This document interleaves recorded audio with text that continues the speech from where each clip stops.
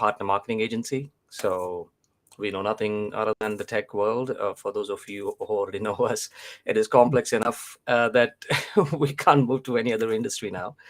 So it's not about us, though. Today we have a very special guest. It's a quite special session because it's all about tech B2B channels. I've got none other than Jay McBain, who is the chief analyst at Canalys and spent probably the last 15 years, 20 years maybe, in the channel space, partnerships, and ecosystem development. And he's kind of like a super celebrity.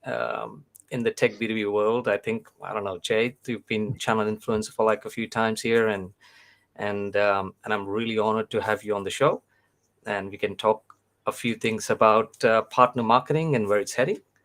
And yeah, welcome.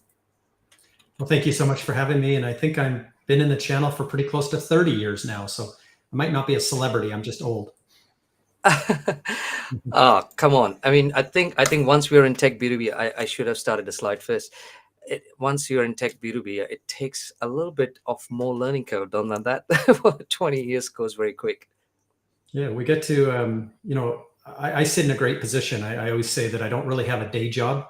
I look at the $4.5 trillion that's spent last year in tech by businesses and governments and try to make sense of it all and where the channel overlaps all that, not only from the point of sale, but also the point of influence or the point of value, which we'll be talking about today. So always a great topic. Really excited for this session. Thank you for with your busy schedule. I think this is like the fifth live stream you're doing this week, and especially with the ANZ side of things. By the time the knowledge transfer comes through to this region, we get a lot of learnings that the numbers that we keep on seeing from all your posts and all the research you guys do, so which is great. So thank you. How about we just jump straight right into it, right? So one of the key things that we have always been talking about, like as a partner marketing agency or channel partner agency, it has gone through so many different, I wouldn't call it a bell curve too. Like it has gone through various curves. And every time, the whole idea for us is to bring value to the tech community. And of course, from a vendor perspective, there are so many different ways they're working with the partners, especially when it comes to their marketing. So what are some of the key trends that you're seeing in the marketplace that you see, oh, geez, you know what, that's great. These are some of the things that are really working well. Yeah, we're going through a once in a generation shift right now, and it's kind of the perfect storm. We've got a changing buyer. So in the next couple of years, the majority tech buyer across that $4.5 trillion will be a millennial, and that's global. They come with a different psychology, behavior, buying journey, which we'll go more into on the marketing side. On the vendor side, 76% of CEOs now think that their current business model is unrecognizable and quickly changing over to things like subscription and consumption models, product-led growth, usage-based models, growth of marketplaces as a route to market in there, all kinds of things changing from a business model. You've got, a lot of disruption in the distribution space, new layers of distribution as lots of changes happening on the telco side, which is converging, new layers like a Pax8, who's growing significantly in the ANZ region and just hit $1 billion globally. So we're talking about distribution now in 4 different layers. So yeah, a lot going on, but it's changing everywhere. And how we're thinking about this in terms of, channels gone by, which we really measured at the point of sale, and all of the technology, the programs, the people, the processes, everything we did for close to 40 years anchored on that moment. What we're learning now is there's 28 unique and definable moments before that customer makes vendor selection. And we know that partners play a really big role. Upwards of 24 to 28 of those moments are owned by partners or prospective partners. And in a subscription consumption model, the actual purchase of a product or service is only the first 30 days. And now you've got to renew and clean that. So you have to get the stickiness, you have to get the integrations, the upsell, the cross-sell. So now the marketing journey never ends. It's every 30 days forever to enrich that contract. And then co-innovation with partners, value creation, leveraging network effects with partners, obviously the strategic and business alliances. So there is levels of complexity, but to simplify all of it is just not at the point of sale anymore. Mm. It's every moment. And thinking about partners, in the average customer has 7 partners they trust. And today we may know 1 or less of those 7. And that's where we are. Crazy, crazy. I mean, when every time you mention, I mean, even in our past chat, like 28 moments, like, I mean, that is just stretching out by the month. I don't know. Like, there was a time when I was to say, hey, you know what, it takes 14 unique touch points, or then it went to 18, and I was like 28. When the partner owns it, of course, they have to leverage the credibility from the vendor perspective to actually build that trust with the audience. How hard is it for them, and how do you think they're actually managing those touch points? Yeah. Well, first of all, no single partner owns anything. So, this old adage of single throat to choke or trusted advisor has gone by the wayside now that there's 7 partners, Correct. actively trusted by each, mid-sized customer and above, and battling for those, early 28 moments. They may read your ebook, they may listen to your podcast, they may go to your local chamber of commerce event. There, you may get several touch points, but again, you might get 3 or 4 in the best case scenario. And the people that are earning the other 24, is a partner to partner opportunity to figure out who's trusted and where 1 + 1 can equal 3 in front of the customer. So these are the new equations, and the old thinking again of the partner who collects the customer's money is everything. Mm. That one particular action is probably the biggest change that's happening. It's the ranking of how important it is that a partner collects the customer's money is dropping quickly. Marketplaces are growing 86% year on year, and that's for the next few years. We see that continuing probably for the next decade. Yeah. We're calling something like AWS Marketplace being a top 10 distributor globally in a couple of years. So that's an idea of another indirect sale, money changing hands slightly different, but it Mm. doesn't change the partnering motion and how you're going to run a program and how the partner marketing aspects are going to work. It just adds, a little bit of change to what we do. 100%, 100%. And so given that, let's say the 7 partners that you were talking about earlier, from a vendor standpoint, how does that evaluate for them? How does it equate for them to manage them? Are they like, I mean, you've been at IBM, I've been at IBM. We used to Mhm. have collectively, I don't know, 1,000 partners under the patch, and I know they were very limited that we would generally work with. We had those typical breakdowns of opportunistic partners and priority partners, and then offers dormant partners. So how is that changed from a vendor perspective now? Yeah. So if you put up slide 5, Oh one yeah. thing is just to recognize, that there are dozens of different types of partners, and they do different things, to earn that value from the customer. So when you look at kind of a Venn diagram of overlapping partners, for close to 40 years, we've always looked in the middle. At IBM, for example, both of us worked there. August the 12th, 1981, kind of kicked off the middle of this diagram with distribution feeding resellers and VARs, and then MSPs 22 years ago, and some of the other more defined partner types. But today, 75% of software is bought outside of IT by lines of business. The head of marketing in many companies spends more money on technology now than the head of technology. So 200,000 digital agencies are very influential to that marketing buyer. And guess what? 78% of those 200,000 digital agencies now call themselves tech services companies. Mm. How many vendors and distributors do you know that have gone actively out there, other than maybe a HubSpot, Marketo, Eloqua, Pardot, who Mm. are closely connected to the MarTech stack? But how many other vendors have gone into that as a cohort of partners that they want to recruit and to go after that buyer, perhaps that their product would fit as part of the stack? The same thing for accountants. 81% of them are now tech services companies, not servicing the marketing buyer, they're servicing the financial buyer, the CFO, the COO, etc. So your partnerships expand on the right.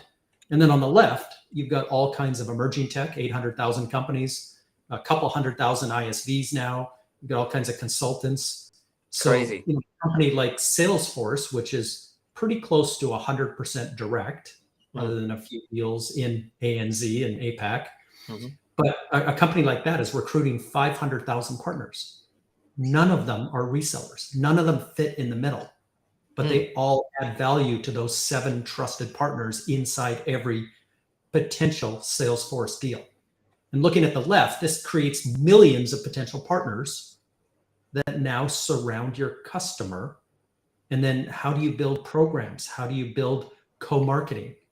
How do you excavate, which you funded marketing in the past through market development funds, MDF, or mm. co-op or other types of dollars? That all gets triggered at the point of sale. So what happens when that point of sale doesn't go through a partner? Or what happens when 6 other partners are also contributing but aren't earning that money as a percentage of the sale? You've got to rethink how you do programs. And now we're starting to see the fruit of that labor. In October, Microsoft came out with a point system. You've had companies like Okta and VMware and Smartsheet. A couple of weeks ago, IBM actually redid their entire program. Partner World, after 20 years, has been shut off, and now it's Partner Plus. So Partner this is Plus. a different way of looking at the industry, by partners of different types of things. If you go to slide 7, this is kind of a view of what are those moments, what are the things that partners are doing that can be measured, can be monitored, can be managed, and then how do we view these 7 partners on average Mm, and make sure that we're crediting them for the points of value that they're adding, that are including the point of sale, but so much of it comes before, during, and after the point of sale, that this is the future. And how do you market, how do you co-market, how do you go to market with these types of companies that have your customer or your prospect's ear? mm. And this is where the to and through thought process comes through that you've been talking about over the years, right? I mean, the idea behind the models and the frameworks of how the vendors, like, just to put ourselves into the shoe, we are a tech B2B technology marketing agency, right? Now we get involved when a vendor has a partner in mind and they want to make sure that they're able to build, obviously not just a pipeline. Everything ends and starts with the pipeline, but at the end of the day, it's done in a way that it's very ad hocish at the moment. I mean, I know things are changing everywhere, but they're still very ad hoc, where they're saying, right, I'm going to give you, I don't know, 10, 15K with this partner A, partner B, and I want you to build revenues. Now, there is no magical silver bullet for an agency to say, right, all those 28 touch points that you talked about earlier, I can make it work straight away. Yeah. How is that So, funding model changing? Like, what is going on there? well, the economics are, if there are 28 moments before that point of procurement, which is on this slide, Hmm. and you understand these 28 moments, like that partner who wrote that ebook, and if you could somehow measure that ebook and say, for every customer or prospect that reads that ebook, they have a 5x better chance of buying our product for Mm, some reason. And yeah. so 2 things. One is that ebook is part of your, or ought to be part of your cost to acquire that customer. Hmm. You should be encouraging that ebook in front of everybody if you can increase sales. But I would be going to the person who authored it and saying, could you write us 5 more ebooks and as a trusted voice, Hmm. and say some nice things about us? And maybe there's an affiliate, affinity, advocate, ambassador type of program that we could share with you. But maybe there's other ways that you can go beyond the ebook to the left or right of those moments and do other things, because it seems like you've got a magical touch. And in the past, we would have never been able to fund that. I can't write you a check. And today, there might be micropayments that I could come out and say, I can equate that moment to success. And if I can count Mm. up all 28 and be funding that like peanut butter right across the entire scope, and not just pay it out in one Super Bowl ad, Yeah, that changes everything. So that's the 100%. new model of economics. Is even there's not payments involved. It's not incentives or motivation, loyalty dollars. In some cases, it could be non-monetary. It could be micro payments. It Hmm. could be some joint business benefits that could come from it. We could say something nice about them while they're saying something nice about us, and all Mm. boats rise. But that's the future of partnering now in the non-transactional sense. Who cares who collects the customer's money?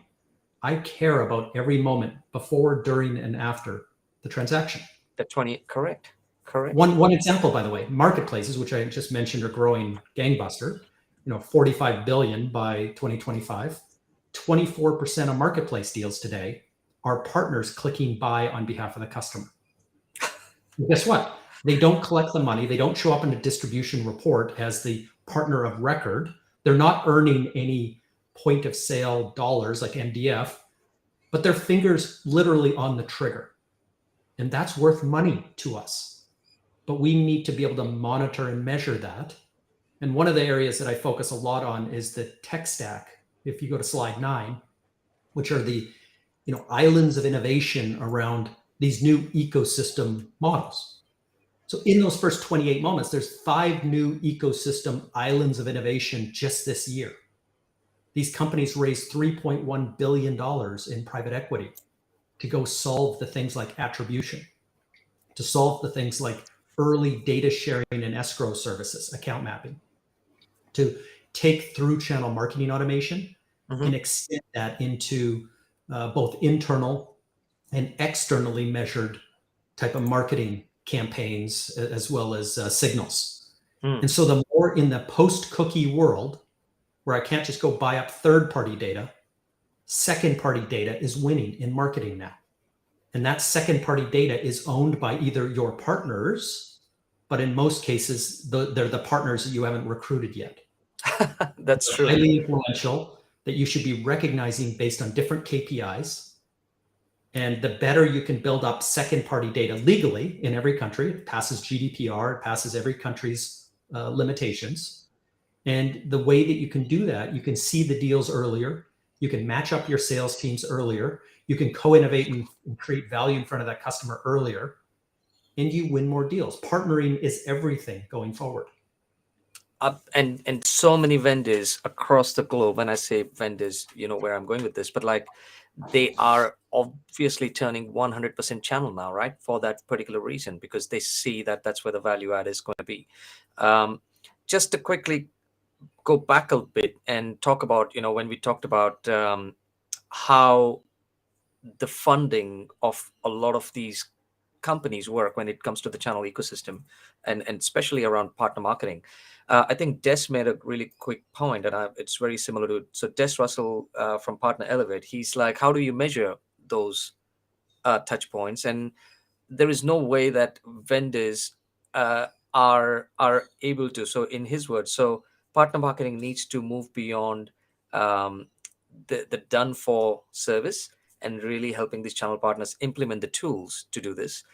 The measurement part is very key. Like when we go back into the reporting model, whatever funding models that we work with various vendors, ultimately they want lead gen coming out of it. It's such an illusionary word. I've been saying this on every meeting, saying demand gen is an illusion. When I say illusion, you can't do demand gen. It happens when you've got these touch points sorted, and over a period of time, you're able to get the consumption model worked on.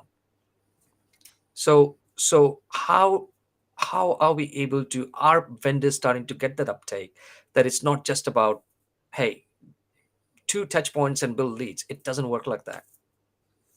Yeah, it's interesting. I mean, we're every day looking at data and looking at answering that question. If you go back to slide 3, so this week in the US, CRN put out their channel chief list, which is a pretty good list of the global channel chiefs that are out there. 577 of them across 365 companies. But inside each of these records, they asked them in their own words, how are you doing this and how are you growing your company? And I'll point out a couple of the statistics that came out. And this is the first time anybody's seen this slide. It just came out an hour ago. The fact is almost half of these major companies, right up to Microsoft and Cisco and Dell and IBM and AWS, almost half of them now report that they've made the transition in the rearview mirror to ecosystem. Wow. I question in terms of maybe they're not defining the ecosystem wide enough, but it's hit home. This idea of transacting and non-transacting partners adding up to these moments and be able to measure and monitor, given that tech stack, given the programs that I mentioned, the point systems, given new people, chief partner officers, that there's 20 of them now out there without quotas for sales, and obviously with new processes and automation.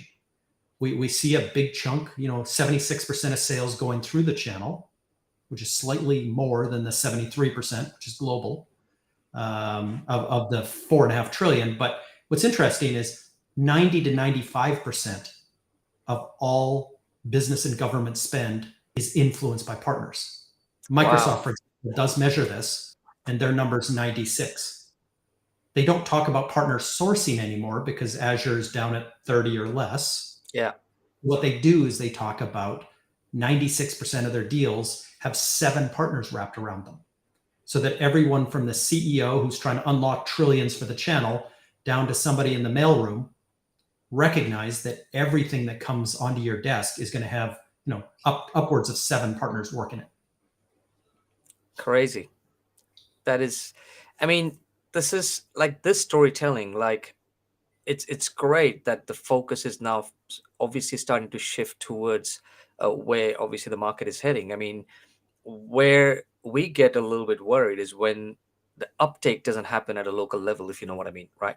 They're all thinking on that line at top, but the bottom is still not moving with the top. I don't know if that's what you're saying, but we definitely feel that the objectives behind how the partner marketing dollars need to be spent. I'm not just talking from a MDF perspective, but it has set a tone over the last 15-20 years of what those partner marketing dollars should and be invested for, right? There's billions of dollars, in my opinion, that go out. I think in one of your figures, I think you mentioned that there's like $7 billion just on marketing MDF funding going on. Maybe that's a different number now. But Mhm. that money has to then go into that lead scoring mechanism, like you talked about, like the point system, where they're able to equate where are those out of the 28 touch points that we're looking at, or the moments, where are we investing and how is it actually going on from a measurement standpoint, which brings us back to Des's point.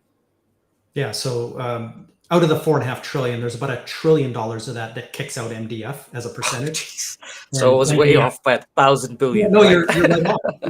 You're right on. MDF is about 1% on average. And Right. so 1% of $1 trillion, gets Okay, you fair enough. Fair enough. All $10 right. billion. So you're right on. So let's maybe end this on slide 4, because Okay. that's where you're coming home, which is given the world's economic woes, pre-recessionary woes, given supply chain, and given the 260,000 layoffs that we've seen in the last couple of months across a couple thousand companies. What are partners thinking about right now? Mm. And the good news is that over half of them are looking to get out of this stronger than they went in.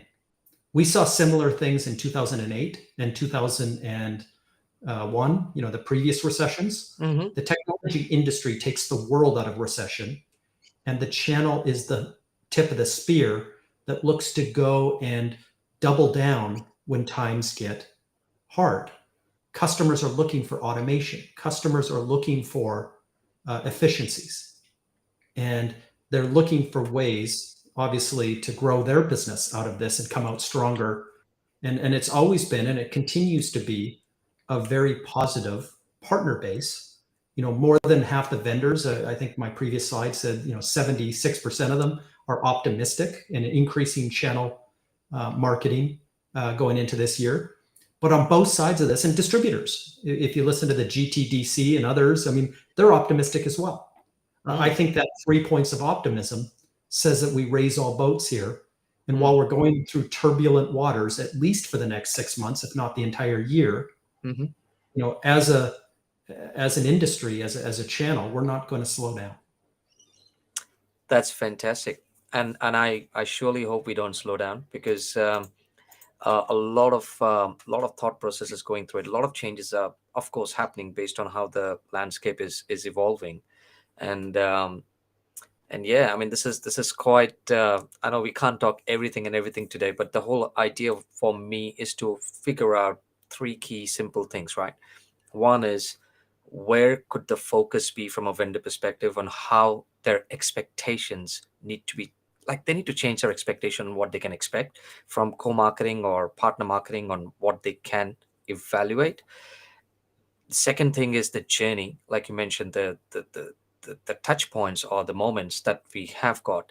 How do we start measuring them as we go through them? And how can they actually go down to the mothership or wherever it's going, and they are able to start putting them into different buckets of engagement, I guess, and validate that.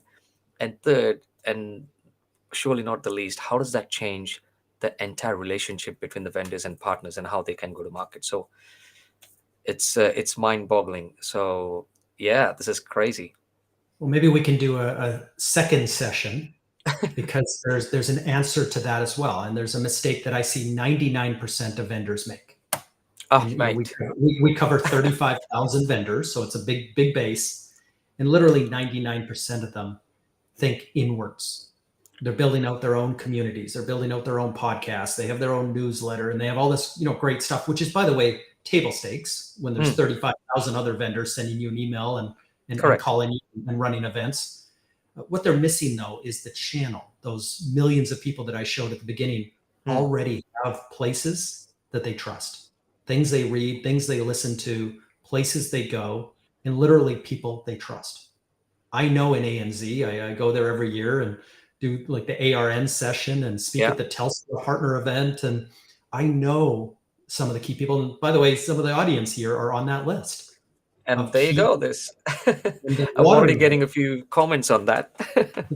So the watering holes are everything. And there's 14 spheres of influence. And the companies that get this do it right. And others just think that it's this, you know, field of dreams. You'll build it and they will come, which never happens in channel marketing. Yeah. You have to be where your partners are and your prospects are. You have to have the people they trust, at least with a 30-second elevator pitch, Mm, explaining why you should be a top three consideration. correct. And you can raise all boats in that case and just stop this recruitment of resellers only That's and right. look broader to the left and right of that initial transaction. And you'll start to meet the other six partners.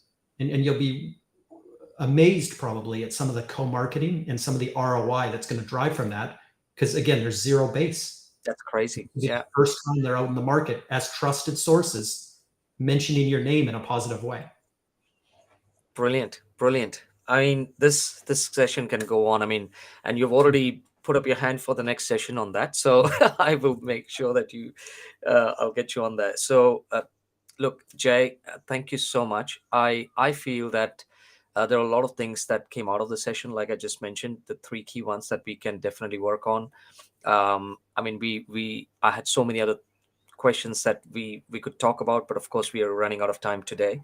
But more than in to finish off the session, I wanted to make sure that all our listeners, whoever have tuned in today, we can also release a soon release a compact version of this session. And if you guys do need that, send us your details and we'll make sure that we can, or you can just put it on my chat window or even just message me on LinkedIn. And I can't thank you enough, Jay, for coming on the show with your incredibly busy schedule and talking to all the tech B2B audience in the ANZ region. And hopefully we'll talk about more on tech marketing as we come through. All right. Thank you so much. Thank you so much, Jay. And if there are no more comments or questions, I'll close the session. All right. Excellent. Thank you.